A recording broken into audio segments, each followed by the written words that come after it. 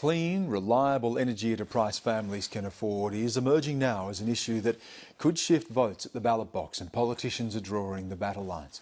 Malcolm Turnbull, as we heard, accuses Labor of draining the power supply by a rush to renewables, wind and solar, while the opposition says what happened in South Australia was not about supply but about a market failure. Shadow Energy Minister Mark Butler joined me from Adelaide earlier. Mark Butler, good of you to join us. Josh Frydenberg, the Minister, has said this week that you've had the blinkers on. You've been looking to blame everybody, looking to blame the operator. Has there been too much blame game this week?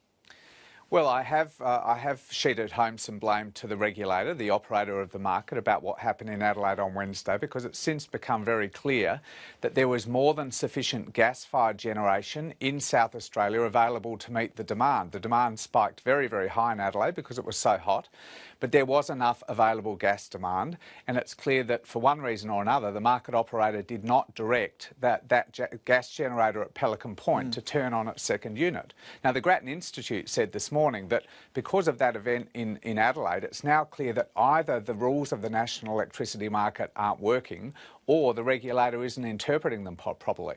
Now, you say for one reason or another, but I think people are confused about where the line of responsibility is here. Is it the operator that's running a business? Is it the government? Does it rest with the federal government, the role of the state government? There are mechanisms here where that could have been turned on. Well, that's right. Usually the market works on the basis that companies, these generators in South Australia were privatised, so they're operated by big multinational companies usually. Usually it works on the basis that they bid into the market when they think they'll make some money out of it. But there's a fail-safe mechanism that says that the federal regulator, the market operator, which reports to the federal minister, Josh Frydenberg, not to state governments, where they think there is the possibility of a shortfall in supply, they have the power to order generators to turn on their generation so that there will be sufficient supply in the system. And that's, for example, what is happening in New South Wales as we speak, Stan, because there's a very serious concern about sufficient supply there. The state was the highest amount of coal-fired generation in the country, and that was the position on Wednesday in Adelaide. Now, yesterday in Adelaide... Could I just come in here, though? There is a role for the state government too, isn't there?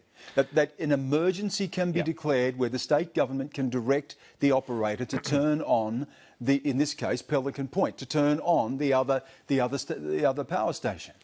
That's right. Why wasn't that done? Well, in a state of emergency, that is a power the state government has. But this was not a state of emergency. This was a heat wave, which happens all the time in Australia. I think the people who'd lost their power would be saying this is an emergency right now, and we could have anticipated the potential for just this blackout because of this extreme heat. No, but if you let me just finish that point, the extreme heat in Australia is not uncommon. It was not the sort of storm event that we saw in South Australia last September. This is quite a common heat wave, and over the course of a summer, the market operator will, on a number of occasions, direct generators in a particular jurisdiction to turn their generation on. They did it yesterday in Adelaide, which is why there was no blackout in Adelaide yesterday. They're doing it today in Sydney because of the shortfall of supply there potentially. There is no role for state government in the typical heat wave events that you see in Australian summers. That is why the market set up the market operator, an independent agency that is supposed to predict the demand that a particular jurisdiction will have for electricity and make sure that there's no shortfall. That's not the state of emergency power you're talking about, Stan. This is the usual operation of an electricity market during summer. But what I'm hearing here again is this operator is to blame, or that entity is to blame, or the federal government is to blame. Where is the clear line of responsibility? And you're accountable to your state. The state government is accountable. People can, in Australia, in 2017, should be able to expect that they can flick a switch and their lights come on. And I'm hearing once again just a lot of blame. Look, I think it was important that we be clear about what happened in Adelaide on Wednesday, because the Prime Minister tried to pretend that this was about renewable energy in Adelaide, when actually it was about whether all of the gas-fired generators were turned on, and that in my view, was a question about the federal regulator doing its job properly. But your point is entirely right, Stan. It is beyond time that the federal parliament had a mature debate about electricity policy. I hope the one thing that's come out of this terrible week in Australia, in South Australia first and now on the eastern seaboard, is a realisation at the national level that there is an emerging electricity crisis in this country, and what we need is a mature discussion between both major parties in the national parliament, the state governments, the electricity industry and the business groups. Now, the electricity industry, the business groups, experts like the Chief Scientist and the Markets Commission, they have a clear view about what the way forward is. It's an emissions intensity scheme which they recommended to the COAG in December. In this mature discussion, looking at the mix of power and being able to have reliable power at a price that people can afford, do you accept that there is an ongoing role for coal? Yes, there is an ongoing role for coal, and we have a mix of coal-fired generators in our system now, some of which, as I said... building new coal-fired generators? No. So you don't support that even though there is a role for coal?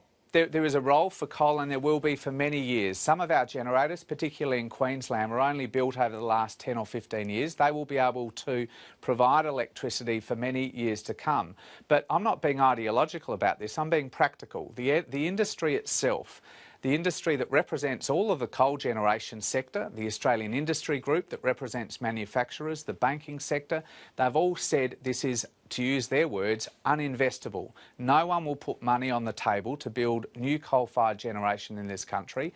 It's a fantasy. No one was talking about it, hadn't talked about it for years until Malcolm Turnbull's National Press Club speech a couple of weeks ago. The future of building electricity in this country will be a mix between renewable energy, gas-fired generation and the very exciting technology around battery storage and pumped hydro storage that's coming on board very soon. And we're right back to where we started from, exactly what is that mix and what proportion, and that's where the argument begins, and that's where we'll have to end it.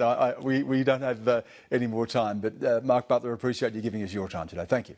Thanks very much, Stan.